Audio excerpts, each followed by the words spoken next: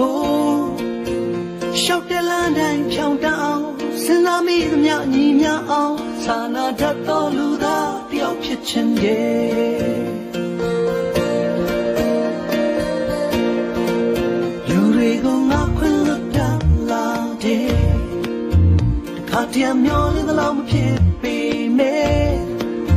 အမြဲတမ်းရှုံးပေးနေတဲ့ငါကိုချမ်းနေပြီးဟာတိုက်လောင်အောင်မလားခန္ဓာရဲ့ရှိသောလူသားတယောက်ဖြစ်ချင်တယ်တကယ်ဆိုရင်လူဘဝတို့တော်ငါပါလေစာနာစိတ်များနဲ့ပါမသွားစေနဲ့ဘယ်သူတွေတရားပြက်ပြက်ကိုမပြတ်နဲ့ကွာတောက်ဘူးမိုးကရေများ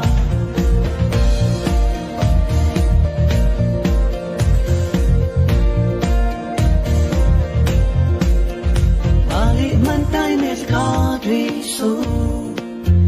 ဖြူတဲ့ငါနှလုံးသားမရေရိုင်ဖို့